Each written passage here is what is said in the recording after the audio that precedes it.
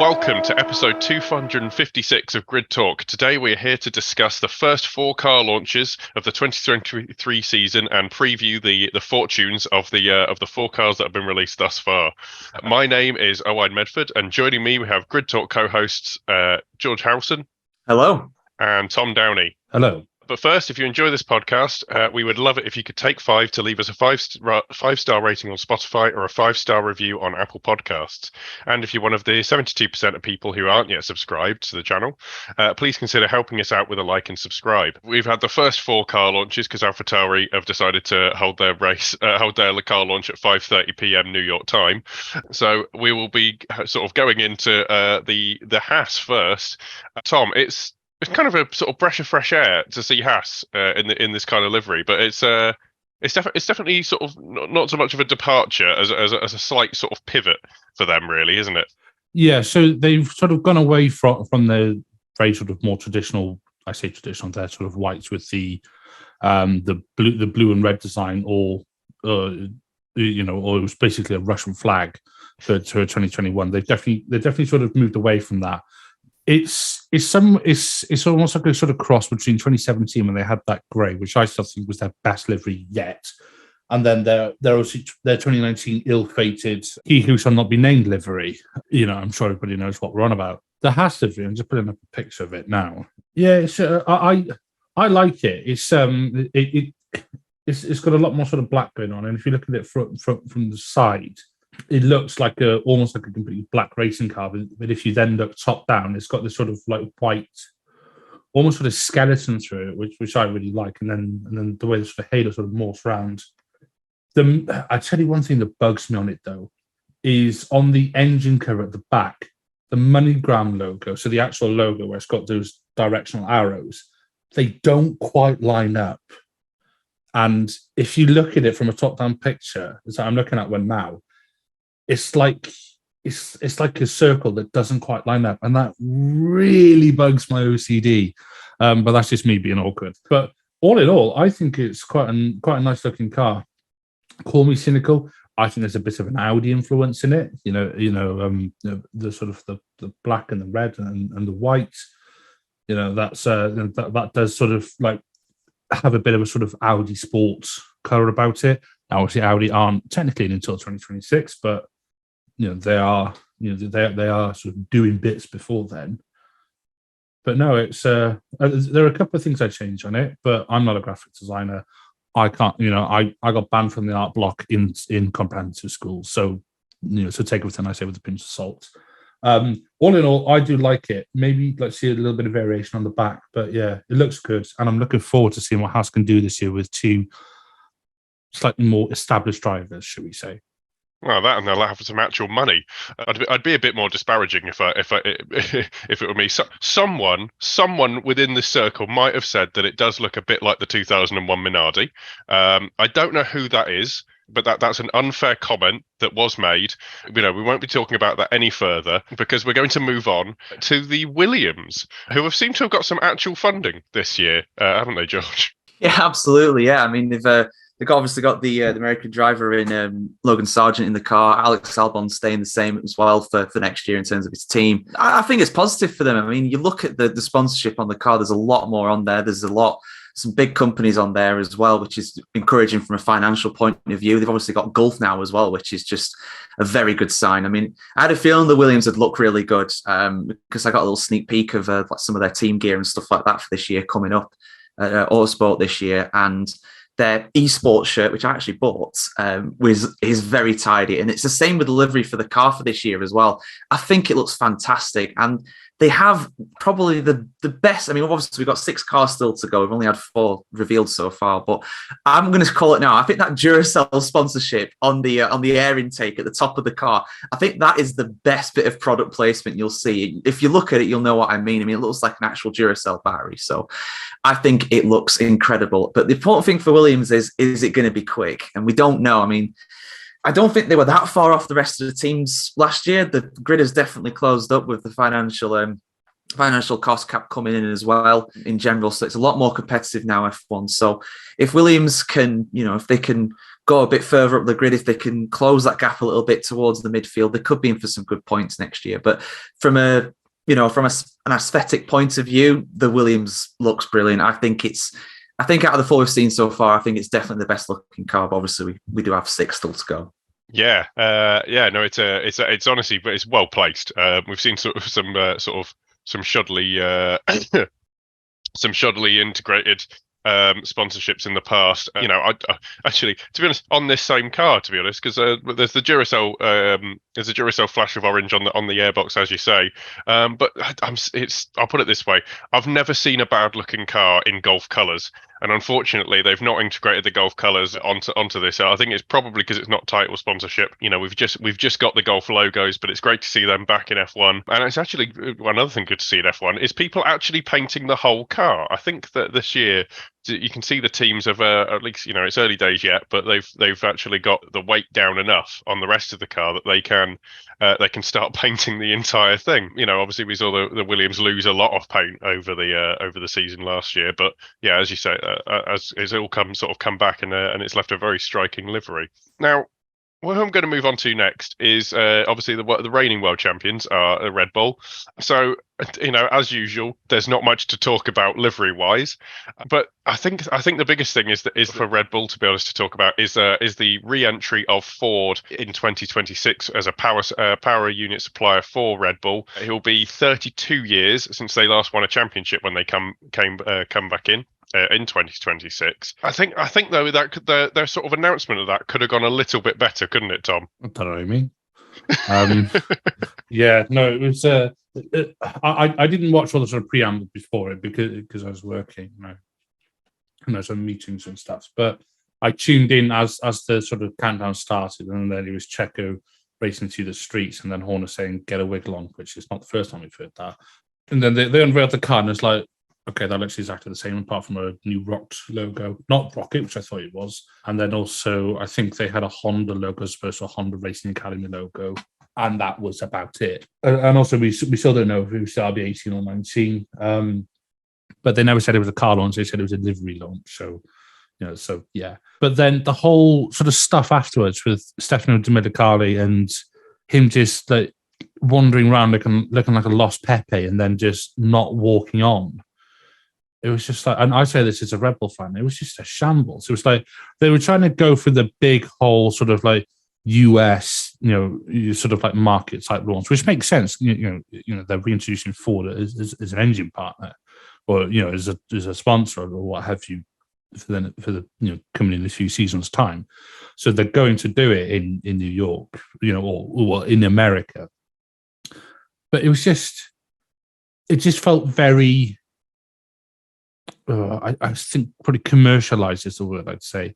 They felt very sort of big. Woo, yeah, sort of like just over. Maybe it's just the Brit in me, but it just felt very. It was just weird. It was just weird, man. And the hosts, I can't remember who they were, but they weren't very good. I want to talk about Will Buxton or Sam Johnston or even Jolyon Palmer. Someone known from F1, not some American fella who didn't really know what he was on about. It was just odd, man. Yeah, as you say, they did. In fairness to them, they did have a lot of time to fill with the sort of the lack of showing up by Stefano Domenicali. Obviously we had the CEO of Ford talking on stage, and after a sort of certain point, you could sort of see that they ran out of what to talk about. I imagine it was probably political. Of don't put the CEO of Formula One on stage. That will look quite bad. When it comes to sort of favoritism and things like that, but. Either way, it didn't come off too amazingly, which is, I guess, for a team that had an hour-long launch, I think it says a lot about the sort of way it went. It just sort of ended up being worth the price of admission just to see the farce at the end. But otherwise, it was a bit sort of all flash and no substance. Speaking of the sort of opposite of that, we've had sort of a number of we've got the final car that launched, which was the Alfa Romeo. I didn't really see the launch event of this, but it just kind of dropped on social media and on their website, and that was it. It's a bit of a change, George, isn't it? Yeah, it was a very Swiss kind of reveal for obviously Alfa Romeo are Italian, but they are a Swiss team because they're originally Sauber. It was a very, very neutral and subdued kind of reveal. It's some people might not know, but it is going to be the last Alfa Romeo Formula One car for the foreseeable future. They are going to be Sauber again next year before being Audi eventually in 2026. Yeah, I mean it's definitely a change for them. They've obviously got the very striking Italian red on there, but they have black where it used to be white for the most part. It's it's a stealth Alpha, it's a dark mode Alpha, if you will. It's different for sure. I must be honest, I do prefer the red and white like it used to be, but I'm sure some people, most notably Tom Horrocks, one of our lovely hosts, was probably bored of that. So maybe they heard his complaints and decided to change that. But yeah, it's definitely different. It's not a bad looking car. I think the most striking thing about Alpha this season, though, is if he keeps it, it's going to be Valtteri Bottas's new haircut, which I think he's a bit young to have a midlife crisis, but it seems like he might be going for the style that he's opted for there. I'll let people who haven't seen that yet search that up. But yeah, I mean, it's going to be an interesting one for Alpha. They had a lot of good points finishes early on in the season, last season, and then it tapered off towards the end. They ended up getting sixth, which is a great result for them. But they have the likes of Howson and Aston chasing them no end. So be interested to see how they get on. It's going to be a strange sort of few transition years for Alpha. Then they become Sauber again. But they have Andreas Seidel at the helm. So that's a good sign. Obviously, losing Fred Vasseur is going to be a loss for them in a way, but they replaced him with someone who is arguably better, in my opinion, as a team principal. So it's going to be interesting for sure for them. And obviously, they've got the same two drivers too. So, there's a bit of continuity there in that sense. Yeah, it's sort of going to be it is a transitional year, but it's kind of one of those ones where they should be set up quite well to carry on. I have to, we've only obviously had the first four cars so far. I'm just going to go around both of you and just ask what your sort of favourite looking of the first four are. I know obviously it's a lot to, like they're sort of subject to change with what's going to come later, but. Out of the first four that we've seen, we've got two sort of blue ones and two red ones that sort of almost sort of like goth emo ones. I saw that said online.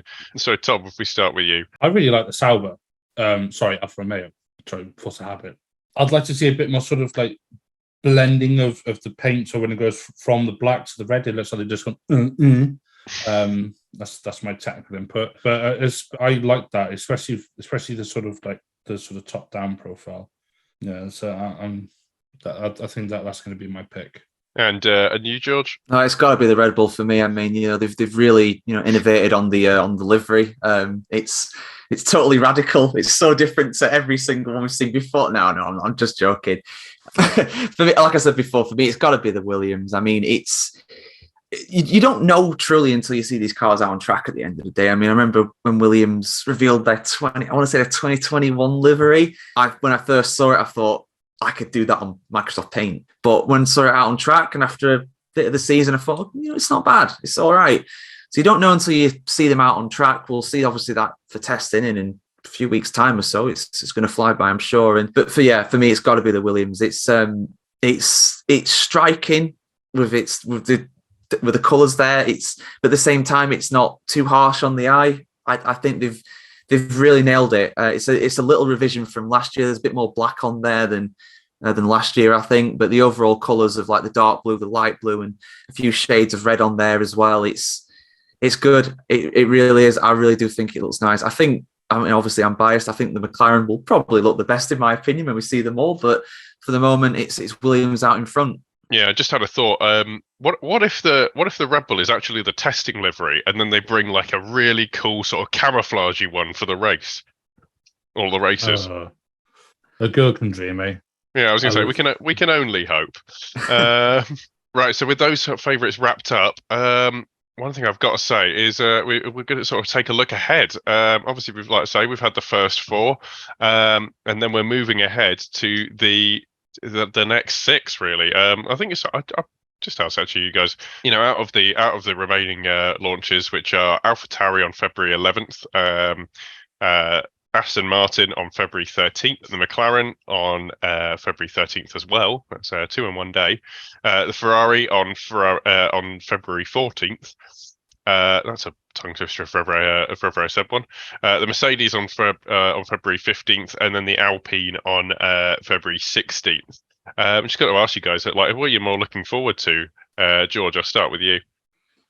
Yeah, like I mentioned before, McLaren for me, obviously, I'm a McLaren fan. I want to see what the car's going to look like. They've gone for a different name this time as well. They've not gone with the usual MCL 30 something or 40 something or whatever it is now. It's the MCL 60 to commemorate 60 years since Bruce McLaren founded the team, which I think is a nice touch, to be honest. So yeah, I'm interested to see what they look like. Obviously, it's going to be majority Papyrus. It's going to be a very striking car in that sense.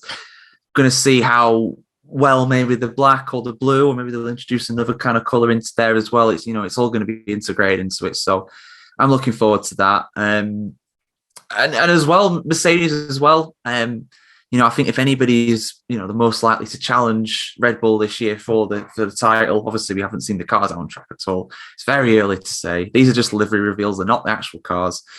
If anybody's likely to challenge Red Bull, in my opinion, it's probably Mercedes. And I've seen a few things going around saying, asking whether they're going to be silver or they're going to be black again. Personally, I prefer how the black look compared to the silver, but obviously silver, that's their traditional colours. So I'd expect it to be in silver. Although I do think it was a nice touch going with a black car for 2 years, I think it was, wasn't it? I think that was a very poignant thing for them to do. So I'd say those two for me, McLaren and Mercedes. Maybe, I think in terms of the actual event of the launch itself, maybe AlphaTauri could do something very striking. I mean, like we mentioned, they've moved the time of the event to quite late. So it's going to be an evening event in New York. It's going to be a night event here in Europe. Maybe they could do something very standout-ish, with some. I mean, they're a fashion brand at the end of the day. They could reveal some very striking clothing while they do it as well. Yeah, that's clearly the bit all of us are looking forward to is the fashion show they'll inevitably have in front of that.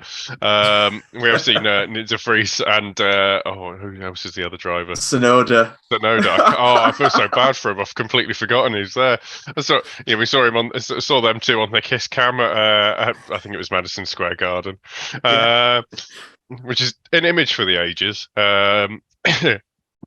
Search it up online if you haven't seen it. Although they are called Red Bull drivers there, and I'm like, they are out. I mean, I know they're technically signed to Red Bull, but they are AlphaTauri drivers. But yeah, no, I think to be honest, I'm looking forward to the Aston Martin. I'm going to see how they mess up this year with a two-time world champion in the car, and I imagine it will be green of some description they've got on it. But Tom, what are you most looking forward to out of the upcoming launches? In terms of liveries, I'm looking forward to the McLaren livery. Because they have had some ever since they went back to Papaya. I've really liked it. In terms of the actual launch, I'm looking forward to the Alpine launch because I just think that it's going to be Otmar with Gasly and Ocon just standing next to each other. They'll just be standing around going being chilling and just look really awkward because the photos they put out of like Gasly's first day, it just, to me, it just looked like when a parent says, right, go and take a picture with your creepy uncle over there, but don't get too close and don't stay too long. It just looks awkward and quite funny. And yeah, I think that's going to be a bit amusing, if nothing else. If it's anything like that, I think 2020 launch, and they,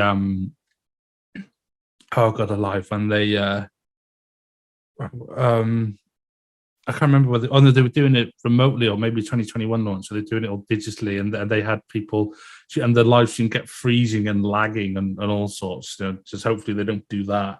We'll have a Williams 2021 where their app got hacked like 6 hours before it's supposed to go live or something. So yeah, I mean Alpine, they're just bordering on a meme by this point. But yeah, that's I think So McLaren for the delivery, Alpine for the launch. Fair enough. Let's hope that Ferrari don't do what they did last time, which was let you change your browsers. Let you change your devices' date and time settings, and it worked off that to enable access to to the repository of site of the pictures.